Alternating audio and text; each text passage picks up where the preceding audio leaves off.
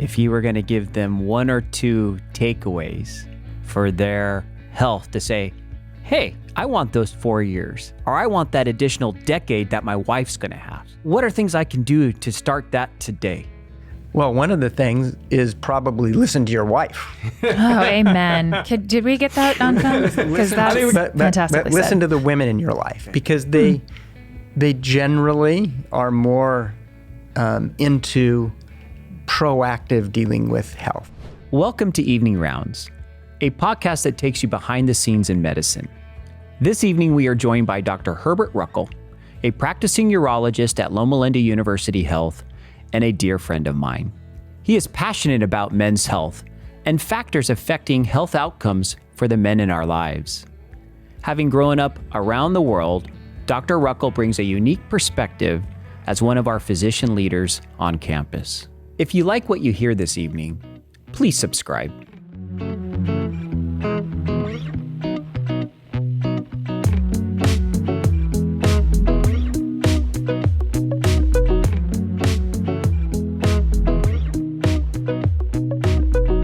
Well, Herb, thanks for joining us tonight on our podcast. It's really wonderful to have you here. Thank you. You're a urologist. For those of us who may not be entirely clear on what a urologist is and what a urologist does, can you enlighten us and tell us how you ended up being a urologist?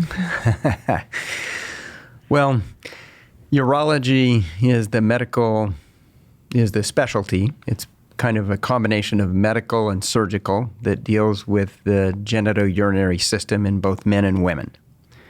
That would be the adrenal glands, the kidneys, the ureters, the tubes that go from the kidneys to the bladder, in men, the prostate, the urethra, and in men, the testicles. So women make up about 25 to 30% of urology practice because they have adrenal glands, kidneys, ureters, and a bladder and urethra. What would you say you work the most with or that you see the most? Well, I do primarily urologic cancer. So 90+% of what I see is urology cancer, but everybody does some general urology. And I always tell my residents and the people on my faculty, if you're smart enough to be a super specialist, you're smart enough to help out with general urology. That's such a life-changing thing to be able to help people in some of these situations. How, to Dr. Hilliard's point, how did you get into this specific type of medicine? Well, I've told Dr. Hilliard, and this is this is something that for me is not a good thing, but I thought when I came to medical school that I wanted to be a cardiologist. With a senior cardiologist named Bob Busek, who Anthony probably remembers, I did research at the VA and I followed him around doing some clinical things between my freshman and sophomore year in medicine. And then the realization came that and in physical diagnosis that I really can't tell the difference between heart sounds. Now, that was seems like it would be important for that. That was very discouraging for me. Yeah. And I decided that was not something that I could really figure out. So I started looking for something else. And I actually attribute that to my mother not making me do music. How is that?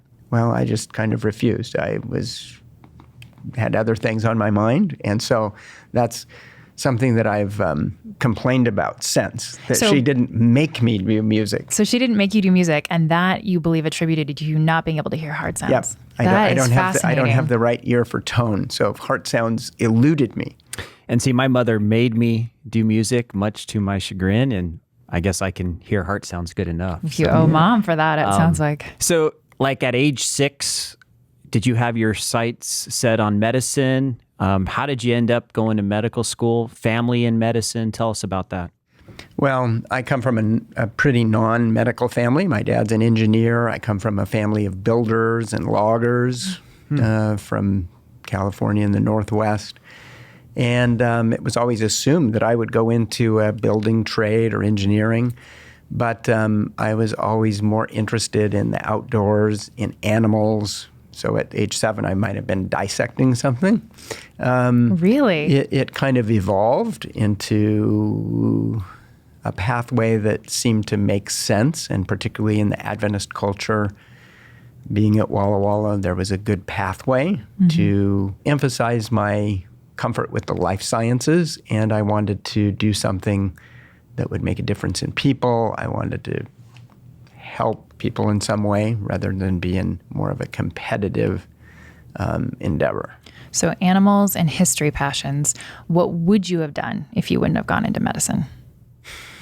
Good question. It turns out that I do have an entrepreneurial bent, so I probably would have ended up in maybe business. At that time, always in the aptitude tests, forest ranger would come up as something to do. I would have probably liked that. That sounds great. Noah and I were just talking about one of the influential people in my life, Dan Lamberton, from all throughout my Mount Ellis Academy, Walla Walla, even down here in Loma Linda. And he had very much a love of the outdoors and a forestry background. So that could have been a pathway. It's a small world. I am married to a Lamberton, and Dan is her uncle.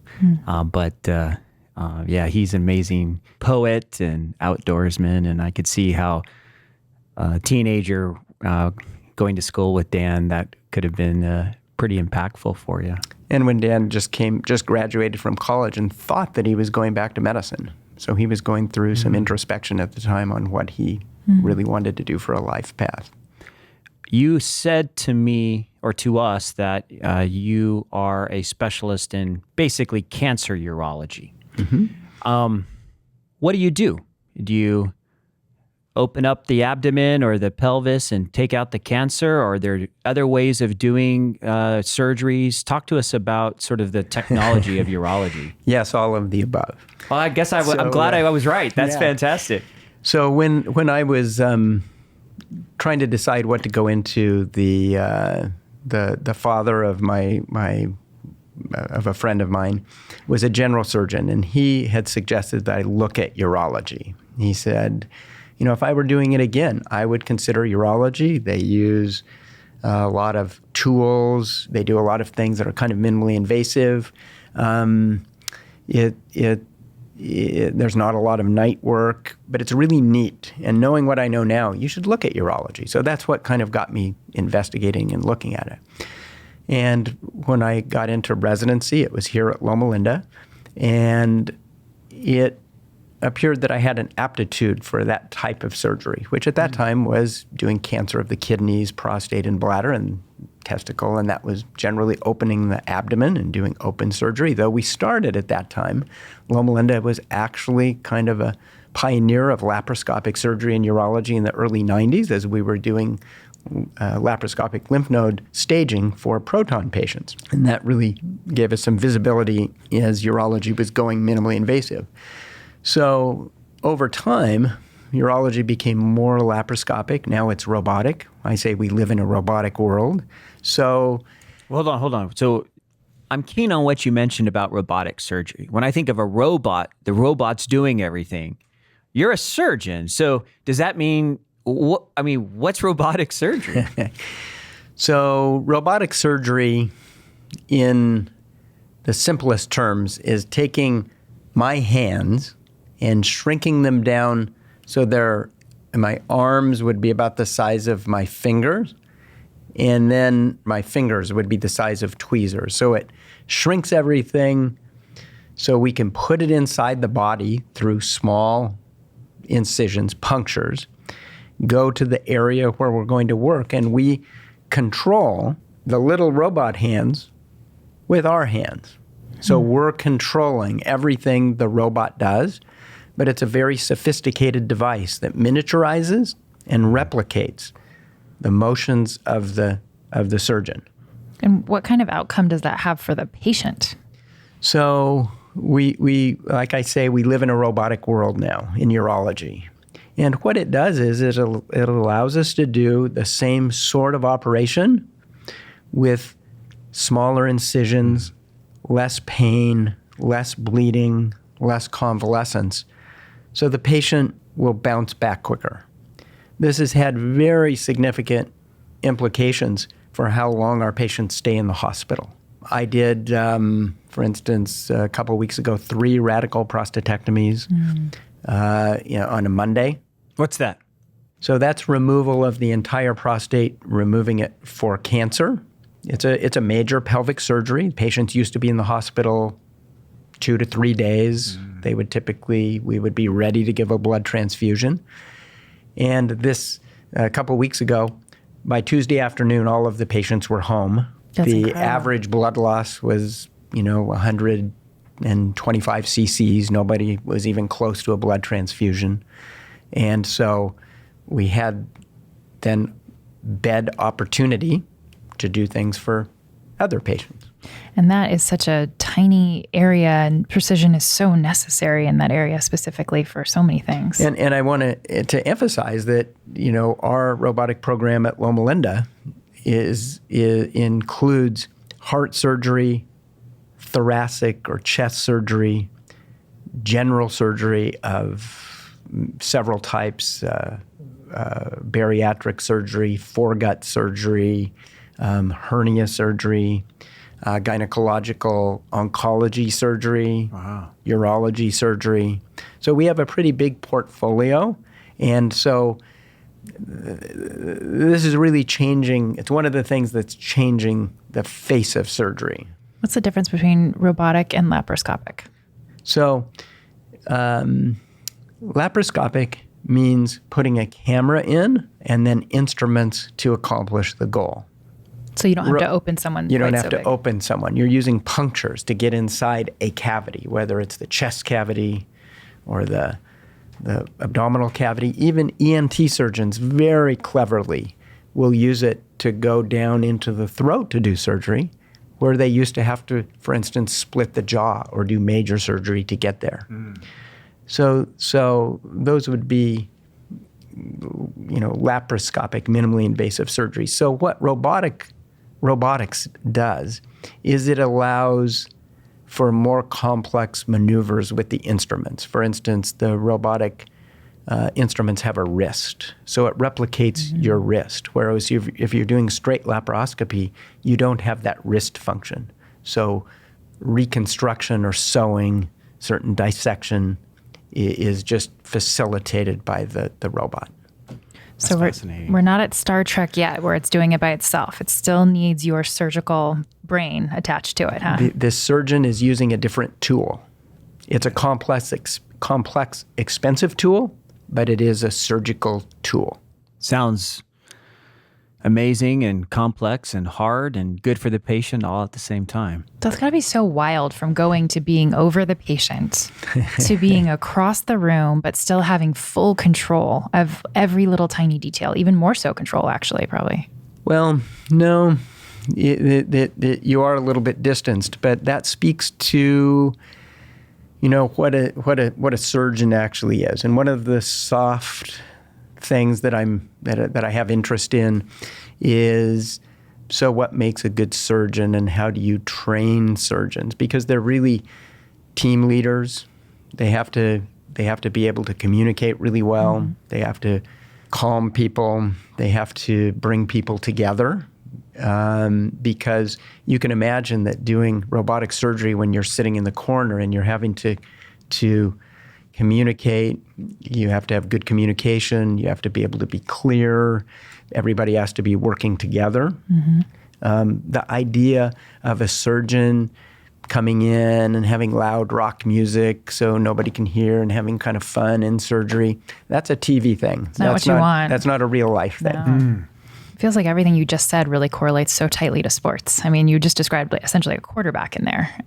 It's really, really interesting. There are some parallels there. So you are a very busy, successful urologist.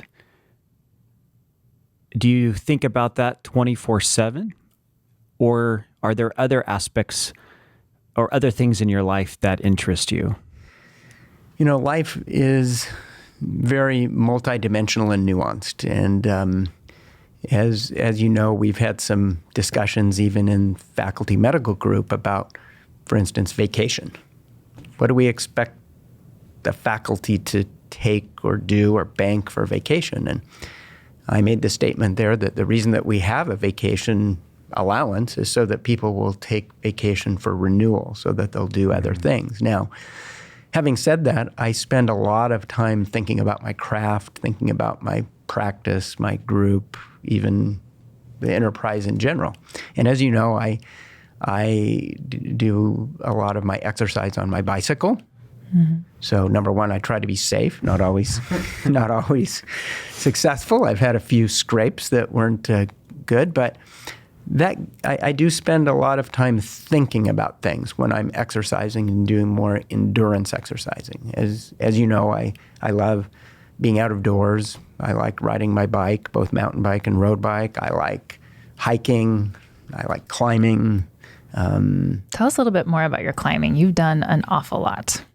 Well, the climbing is not that I've done is mostly alpinism. So it would be, mostly in the area, but mountains that you know of, which would be like Mount Whitney, Mount Shasta, Mount Rainier. For those from the Northwest, Mount Shuckson.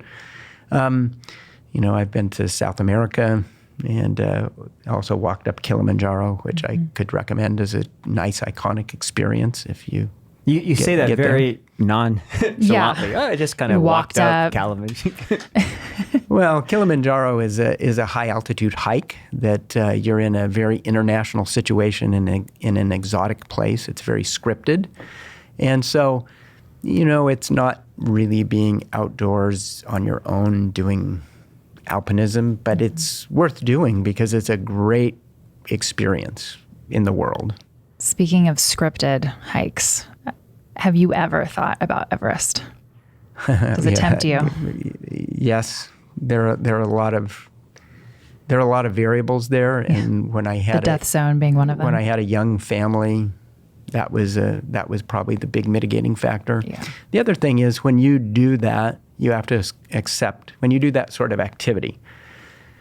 There's a certain amount of objective danger that you have to accept, and you have to be willing to accept that. And there are a lot of things you can do on less famous mountains that are probably shorter that give you the feeling without having to put yourself in that level of objective danger. And so we could talk about Mount Everest and what it's become, because it has become an extremely scripted, high altitude endurance test. But it's not only climbing or going up the mountain, but you get caught up in other people's dramas, and you're very dependent on other people's allowing you a pathway to get up and down safely. So I've thought about it, but the answer is no. So you'll stick closer to home for your... Or in different, less congested, more beautiful and wild places. Seems like wild and nature is really important to you. Very important. I enjoy the natural world. I enjoy being out of doors. I like animals. I like almost every environment. For instance, when I'm in the desert, I like the desert. I like the high mountains. I like being in Florida in the swamp. I can find things that I like about all of those things. I think that's a nice sort of rule of thumb for approach to life, right? Wherever you find yourself, there's wonder to be found and excitement to be had. You had mentioned briefly about your family, and you have a son, David Ruckle. David Ruckle. And what career path has he taken? Does he follow mom and dad's footsteps, or did he go down a different path? Well, David is a 12-year product of Loma Linda Academy, maybe like you, Anthony. And we did not know that he was interested in medicine, even though probably everybody was assuming and telling him he was going to do medicine. He's very entrepreneurial and very good with numbers. But until he came back from his freshman break at PUC and announced that he was pre-med. Now, that was news to us. And he went through medicine. He did well. he decided that he would go into orthopedic surgery after considering a number of other things. He does have an aptitude for seeing in 3 dimensions and building. For instance, he took up woodworking all on his own and just by watching YouTube. So he is a 3rd-year orthopedic surgery resident. He's married to Elizabeth, somebody who also was a 12-year Loma Linda Academy graduate, but they didn't start dating until well into college. And she's in physical medicine and rehabilitation. Wow.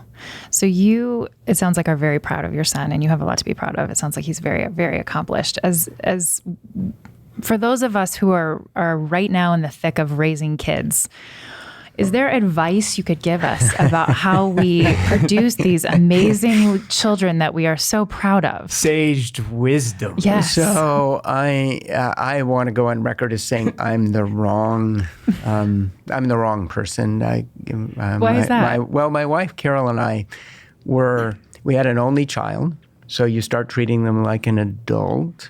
I've jokingly referred to myself as a deadbeat parent because, I didn't spend any time reading parenting books really or obsessing about it. It was all very basic things. Carol we put a lot of work into being with him, but there was he's a good person, and I'm most proud of that. He knows how to work hard. That was refined by us letting go of him for 6 or 7 or 8 years to go up and work on a farm in Oregon during the summer, starting when he was about 12, where he had to get up at 4 in the morning and take orders from somebody else. So that's quite a bit different teach you a lot, than being home in Loma Linda sleeping until 10. Yeah. But I don't really know. It sounds like you guys did a lot of things right there. And does he enjoy the outdoors as much as you do? Yes, he does. It's different. He's lived in different places. I was fortunate to live in places that were more accessible, but he does. He's really taken up sport climbing. He's, done all the typical things. We did Kilimanjaro together. Oh, that's neat. That was a great experience. We've done a lot of hiking. We spent time in the Sierras. He's done a lot of hiking there. So he does, yes, he enjoys the outdoors. It's neat that you can do that with him and that you guys share that, and you share medicine too. You had mentioned in one of your first statements that you were a history major, at least for a brief period of time, and you've had the opportunity to live a number of places. I'd like to have you expand on that a little bit and tell us, where have you been? And how has your interest in history to this day shaped a lot of your perspectives on the world and so forth? Well, so when my dad finished engineering, he started working for the Corps of Engineers. And at that time, the Corps of Engineers was building the dams on the Columbia River. So we lived in Walla Walla for a while, and then we moved to Panama, lived in Panama for 5 years until I was 12 in the canal zone right next to the canal. Incredible. That was awesome. I mean, we did church potlucks on the trail that Henry Morgan moved his gold, on the isthmus, that the mules had worn a pathway. So that was really neat. There were a lot of super neat things about that. Then I ended up in the Black Hills of South Dakota. My dad was the base engineer for Ellsworth Air Force Base, which is a SAC base in Rapid City, South Dakota. And then I went to Mount Ellis, so I was exposed to Montana, and we lived in northwest Montana for a period of time. And then I went to Walla Walla, back to Walla Walla, and then down to Loma Linda. So when you're a kid and you live on military bases, you kind of develop an appreciation and kind of a admiration, if you will, for the military. And then I started, reading history and trying to understand. But I think that the thing about history, and I still have very much of an interest, is, when we look at what happened and then we look at the future, you would like to not repeat mistakes of the past. And you'd like to have the past help you understand your pathway into the future. And it's fascinating. I mean, you can look just as a small capsule, the history of Afghanistan, the culture, that part of the world, and then it would almost seem that it was predestined that we would be in a situation like we are now. And when you look at history kind of over the years, does that also kind of impact how you look at the pandemic? Yes. I was telling somebody that just the other day, is that you've got to step way back and know that this will pass. Know that these are, most likely, after a period of years, and the world has been through difficult years before, that this challenge will pass. And hopefully what won't happen is that society won't become so structured and locked down as protection from the pandemic that it spills into everything else. And that would be my big concern. You'd mentioned something that I wanted to follow up on, and that was I wanted to get a sense from you, your perspective on treating men. Urology treats both men and women, but certainly the majority of the patients are men. And so I'd really like to hear from you those pearls on your approach to that. And then secondly, your observations in terms of outcomes of men and disease processes. So we're very fortunate to be at Loma Linda, and I take the healing ministry of Jesus Christ very seriously as our charge. And working in urology, though you do work with men and women, you get a lot of exposure to men. Like you said, the majority, about 70% of an average urology practice would be men. And interestingly, one of the health disparities that doesn't get very much play is the fact that men have about 4 years less life expectancy than women do. So that's a big deal. And even as important of that is about, I think it's 6 or 7 years less what we would call health expectancy. That would be the time when you're mobile and you're doing what you want to do in good health. So when you look at all of the causes of mortality, men are top in every one of those except Alzheimer's disease. And that's because women live longer, so they get more exposure to it. So dealing with men, you have to realize that when you're in urology, you're dealing with the whole package. So Anthony and I have talked about this a lot, and so you've got the basic things of cardiovascular health, number one killer in men. Other cancer screenings besides prostate cancer, bladder cancer, kidney cancer, you've got colon cancer, lung cancer. Those are really important to make sure that men get their screenings. Orthopedic surgery. Being mobile helps you live longer. So if you talk about the pandemic, and hip replacement is an elective surgery, if an older man is not able to move, his life will probably be shortened. So elective is relative. So there's movement, and then there's brain.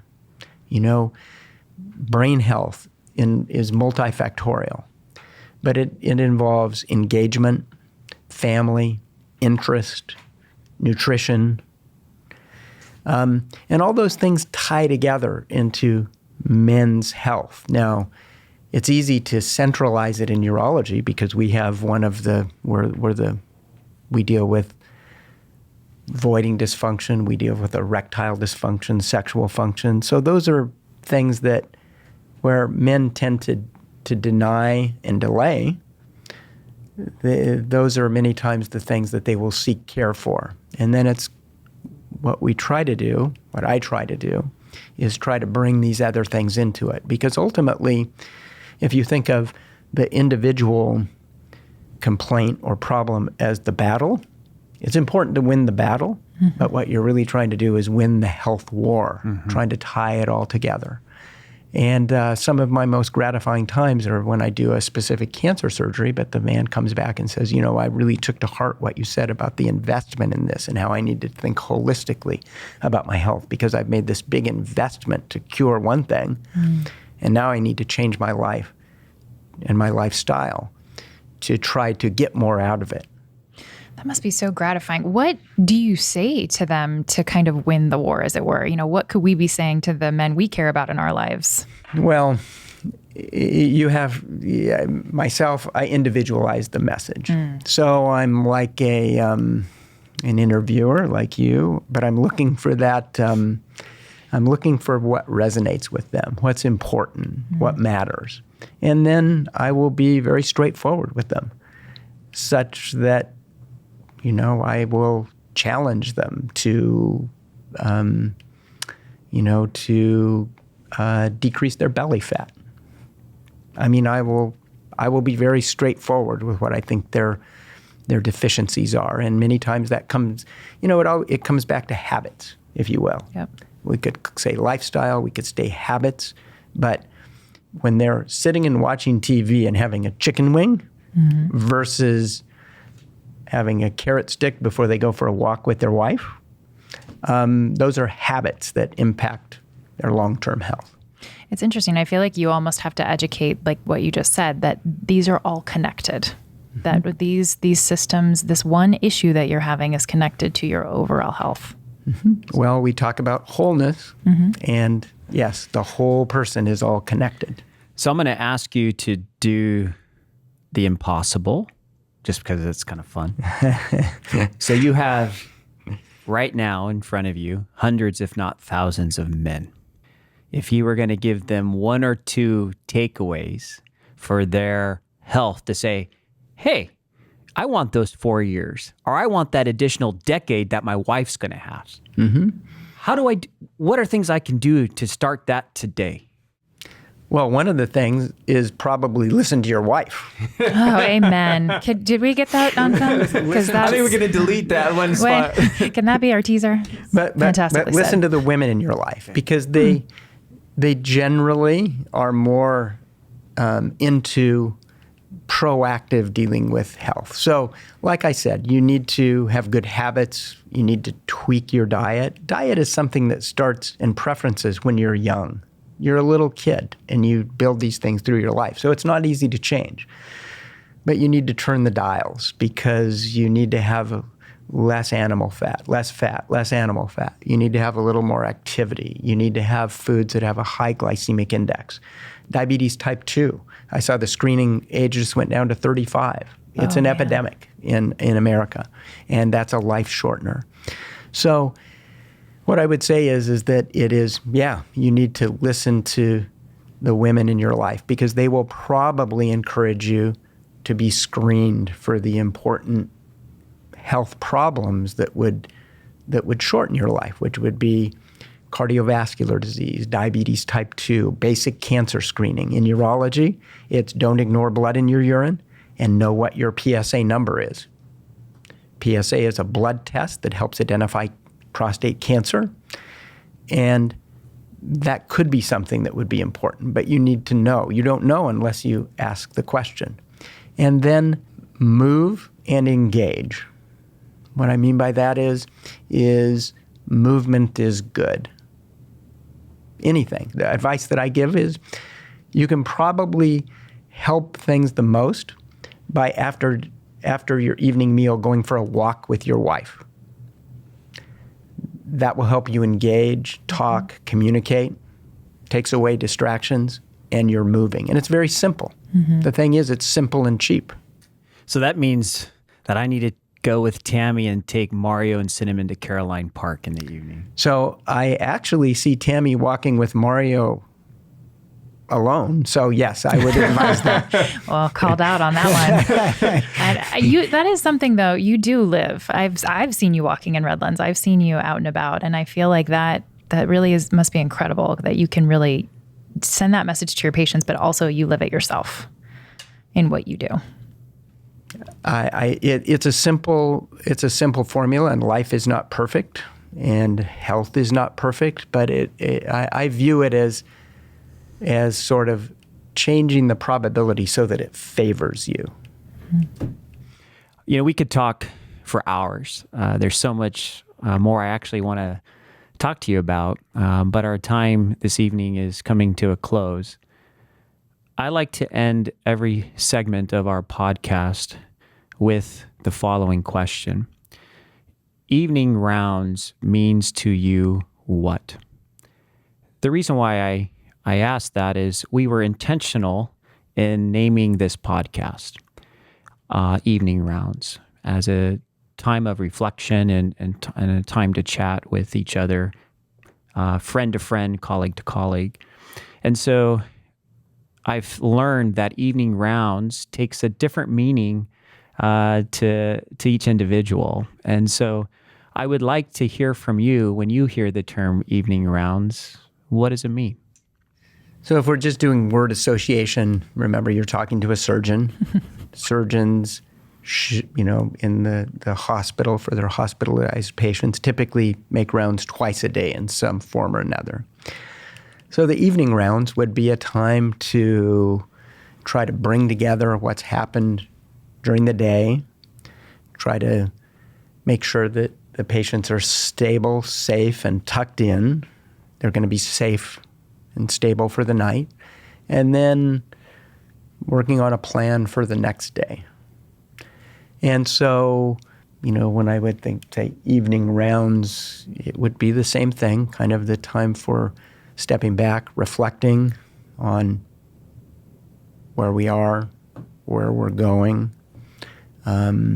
which would be, I guess, kind of like evening rounds for a surgeon.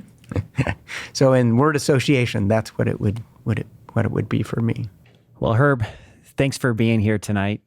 The lessons you've shared and the stories you've told, I think, have been extraordinarily powerful and meaningful. They have been for sure for myself. I'd like to thank you for coming tonight, and I'd like to thank everyone for tuning in to our Evening Rounds podcast. And until next time, be safe. Thank you. You're welcome. And remember, communication is everything. Thank you. And listen to your women.